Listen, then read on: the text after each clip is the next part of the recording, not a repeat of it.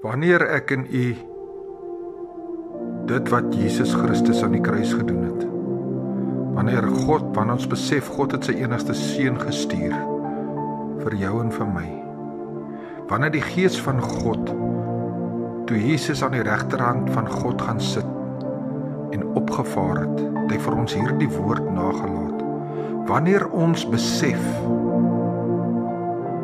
en wanneer ons geloof en ons hoop 100% in Christus Jesus sit, dan kom al die elemente by mekaar. Ek wil vir jou 'n getuienis lewer van 'n man wat baie jare terug gelewe het. Hy het absoluut op die geloof van die Here, hy het sy geloof in die Here geplaas, 100%. Hy het nie gesoek vir almoses van ander af nie. Hy het nie mense gevra vir geld nie, want hy het 'n kinderhuisbedryf. Hy het so baie kinders gehad wat hy na moes omsien. Maar elke dag het die Here vir hom voorsien. Een oggend, toe die kinders almal wakker is, en dit is tyd om na die eetsaal te gaan, was daar geen kos nie.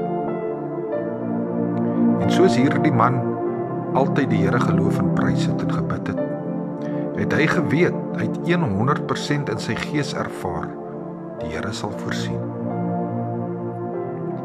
Hy roep al die kinders by mekaar en hulle gaan sit almal op hulle normale plekke met hulle leë bordjies voor hulle. Hy sê, kom ons sluit die oë. Kom ons dank die Here vir sy voorsiening wat nog nie op julle bordjies is nie.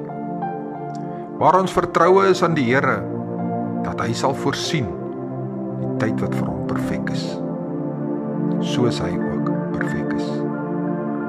En weet jy, hierdie mans, toe hulle en die kinders gesê het amen, toe weer klank daar 'n klop aan die deur, aan die kinderhuisdeur. Die man gaan en maak die deur oop. En hy sien met sy geestesoog, hy sien dat hier staan 'n man wat hy herken. En dit is die plaaslike bakker van die dorp.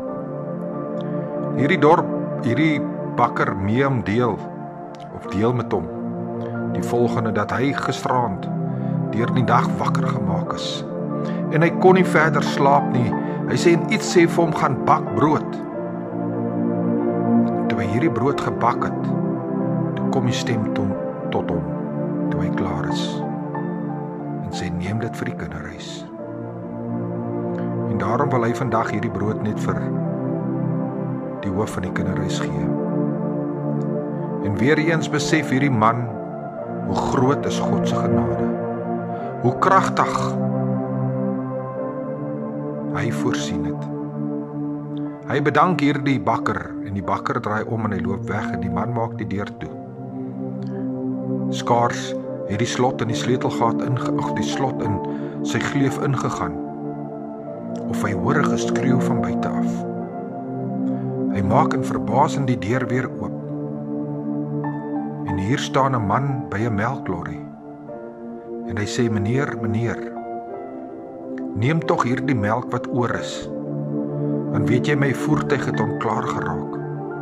En ek wag vir die mense om my voertuig te kom herstel. En ek het geen ander manier om hierdie melk terug te neem na die winkel nie. Hy sê vir die hoof van die kinderhuis, ek sien die bedryf vir kinderhuis, gee gerus hierdie melk aan die kinders. En so het dit gebeur, en nog voor hulle kon eet, toe sê die man, kom ons sluit die oë weer, voor ons hierdie kos inneem, en ons loof en prys, en ons bedank net die Here vir sy voorsiening. Weet jy, hierdie getuienis is so kragtig. Weet net, die Here sal deurkom wanneer die tyd vir u reg is. Maar u geloof moet so wees dat wanneer die situasie hom voordoen, u nog steeds in geloof staan en nie sal terugdeins nie. Maar op jou knieë sal val en die Here sal loof en prys en vir hom sê dankie vir die voorsiening wat nog kom, vir sy hand in jou genesing, vir sy manier wat hy gebruik om vir jou fondse te bekom om kos te koop, vir die vrede wat hy jou gee wanneer ander kwaad oor jou uitspreek en kwaad aan jou doen. Wanneer jy deur so baie dinge gaan, maar jy plaas jou hoop en jou geloof nog steeds in die Here. Ek is pastoor Gary. Ek wil net graag hierdie uit my hart uit met u deel. Want Jesus se liefde is so groot dat ons dit nie kan besef nie. En God se genade vir jou is nog groter. Ons leef nie meer onder die wet nie, maar ons leef onder die genade van God. Wees dankbaar vir dit wat jy het vandag. Pastoor Gary, brood en water, 5 minute woordgroete in Jesus naam.